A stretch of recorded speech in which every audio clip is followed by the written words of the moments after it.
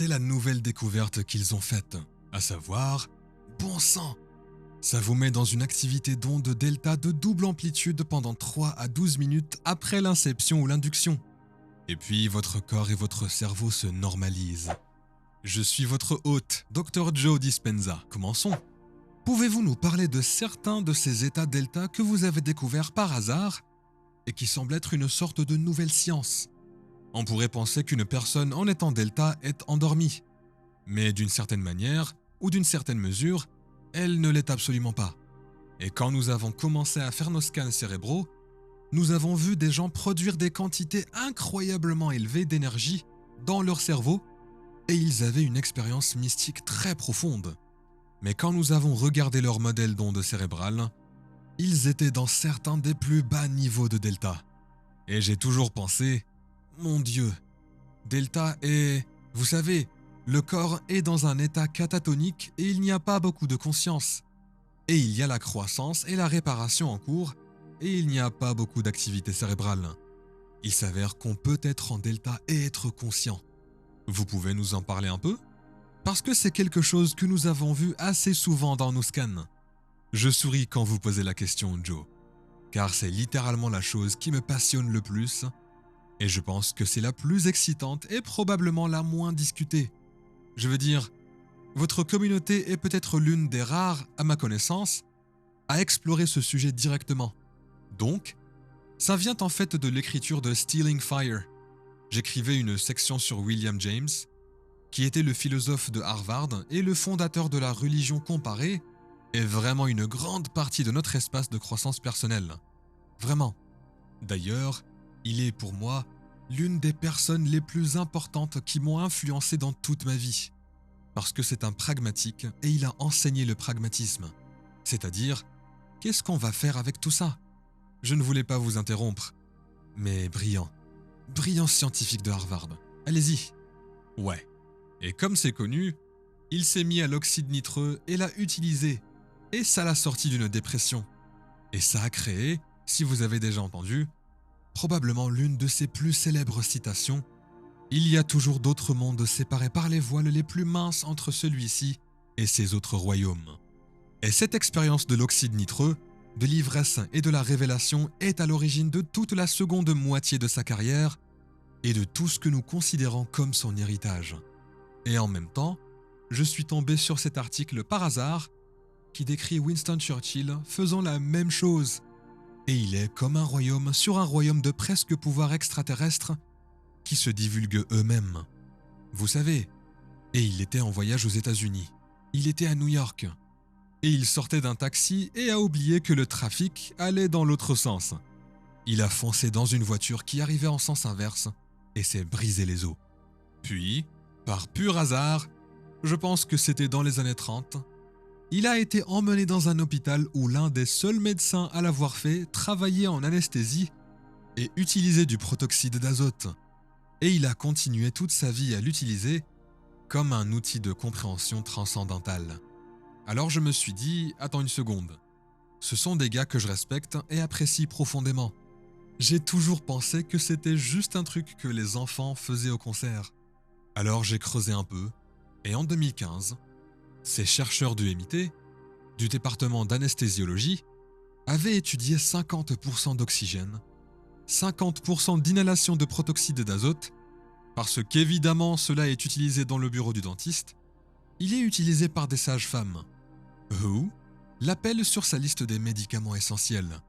C'est un anesthésique analgésique, toutes ces choses. Quand j'ai commencé mes recherches, je me suis dit « Oh, attendez, l'oxyde nitreux provoque de l'épinéphrine, des endorphines et de la dopamine. Donc c'est 3 des 6 plus grands frappeurs. Et c'est la nouvelle découverte qu'ils ont faite, qui était « Oh la vache !» Ça vous met dans une double amplitude. Une activité de type delta pendant 3 à 12 minutes après l'inception ou l'induction. Et puis votre corps et votre cerveau se normalisent et vous revenez à peu près là où vous étiez.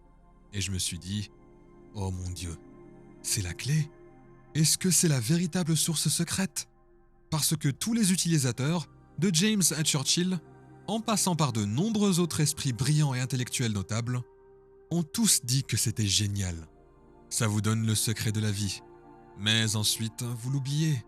Et j'étais là en mode « Oh, c'est que vous obtenez l'accès dans l'état d'onde delta à cette information super ordonnée ?»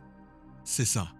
Et ensuite, quand tes ondes cérébrales augmentent, tu ne peux plus ouvrir ce fichier, c'est ça? Il a été encodé en delta et vous êtes maintenant en bêta ou autre. Et donc, il t'a en quelque sorte glissé entre les doigts. Et puis à Stanford, Carl Deiser-Roth, qui est en quelque sorte le père de l'optogénétique, sait modifier les choses chez les souris afin que vous puissiez activer la fonction de différents gènes grâce à une lumière. Il a fait une étude sur la kétamine, donc un trait différent, mais aussi un anesthésique.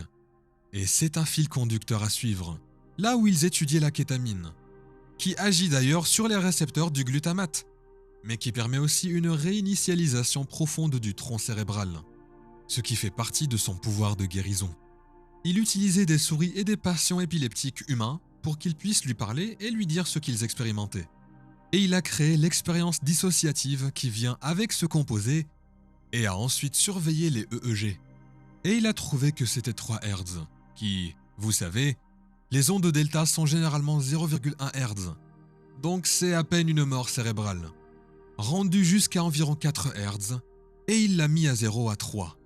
Et puis, il s'est dit « Ok, les gens ont des expériences extracorporelles avec ce composé, et leurs signatures EEG sont à 3 Hz. Maintenant, nous allons stimuler électriquement ces cerveaux humains. » Il avait stimulé génétiquement les souris. Faisons un Kingham et remettons leur cerveau à 3 Hz sans le médicament. Et ils ont eu la même expérience hors du corps. Et puis une étude récente, vous la connaissez, j'en suis sûr. Joe, je pense que je me souviens de votre ordinateur. Vous faites beaucoup de tracés radar, donc vous regardez les scans cérébraux depuis le haut du cerveau des gens. Il y a un autre composé 5-MDO-DMT, comme si vous aviez vu les Simpsons et Homer Simpson léchant un crapaud et ayant une expérience psychédélique sauvage. C'est un jeu sur celui-ci, non? Il s'agit donc d'un psychoactif très puissant qui, selon de nombreux utilisateurs, vous amène directement à la conscience de Dieu en lumière blanche. Donc vous vous dites, ok, donc clairement ils obtiennent beaucoup d'informations aussi. Et le tracé radar de cette étude était qu'au moment de l'induction, des ondes delta interhémisphériques complètes s'allumaient dans tout le cerveau et étaient complètement connectées, ce qui est très inhabituel. Donc, vous voyez toutes ces choses et ce n'est pas « Hey, les gars !» d'un PR visuel, d'une stimulation visuelle, d'un travail corporel, peu importe la nature de ces choses, il semble qu'à chaque fois que les gens rapportent ces états d'être profondément riches à l'intérieur de leur propre esprit, ils disent « J'ai les codes de triche de l'univers, j'ai la réponse à tout, etc. » C'est souvent corrélé avec l'activité des ondes delta. Pour moi, c'est l'une des possibilités les plus fascinantes et les plus curieuses. Car une grande partie des effets bénéfiques pour la santé, le soulagement des traumatismes et les effets antidépresseurs proviennent de l'un de nos collègues, le docteur Ryan Darcy. C'est en quelque sorte le meilleur neuroscientifique canadien de la tuberculose. Il travaille sur la simulation électrique du nerf crânien par la langue, donc un nouveau point d'entrée. Il appelle ça un redémarrage global du système nerveux. C'est comme si vous aviez laissé votre ordinateur allumé pendant trop de jours, avec trop de fenêtres, et que soudain, la caméra vidéo de Zoom ne fonctionne plus et vous vous dites « Qu'est-ce qui se passe ?» C'est ça?